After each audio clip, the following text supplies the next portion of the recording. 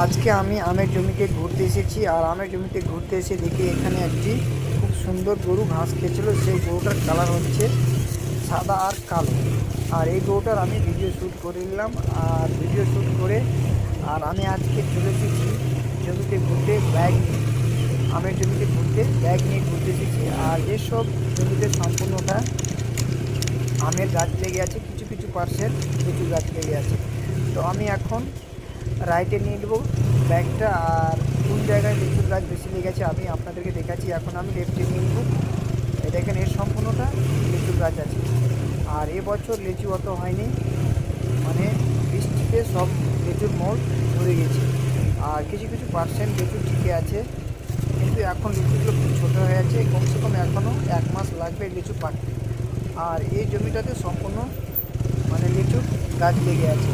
এই বছর বি এইসব লিচুর গাছে লিচু হয়নি, খুব কম হয়েছে। আগের বছর প্রচুর লিচু হয়েছিল। তো আমি একটু আগে এগিয়ে চলে যাব, সে আগে গেলে আমি সম্পূর্ণটাই আমের জমি পাবো। এটা হচ্ছে এসব আমের গাছ লেগে আছে। আর আমাদের এর আগে একটা শর্ট নিলাম তো ভালো হলো না, সেটা ডিলিট করে দিলাম।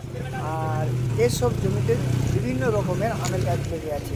কোনটা আম মিষ্টি আছে, কোনটা খাট্টা আছে, কোনটা কাঁচাতেও মিষ্টি আছে, কোনটা আম ফজলি আম আছে যেগুলো 2 কিলো 3 কিলো ওজনে হয়, সেই আমের গাছগুলো এই জমিতে লেগে আছে।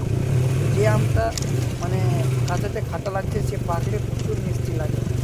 আর এই এরিয়াতে সম্পূর্ণটাই আমের গাছ লেগে আছে। আমি এখন গাড়িটা লেফটে নিয়ে নেবো। আর একটু আগে গেলে একটি গরু এখনও একটি মানে ঘাস খাচ্ছে, দেখতে হচ্ছেন এখানে। তো এই গরুটার বি আমি ভিডিওটা ক্যাচ করে দিলাম। আর এই এরিয়াতে সম্পূর্ণটাই একদম আম লেগে আছে। আর এই আমের কালারগুলো একদম অরেঞ্জ কালার, এরকম কালার হবে। আর পাকলে গেলে প্রচুর মিষ্টি আম দেবে। আর আমাদের এই আমের জমির ভিডিওগুলো দেখতে আপনাদেরকে কেমন লাগলো আপনারা অবশ্যই কমেন্টে বলবেন।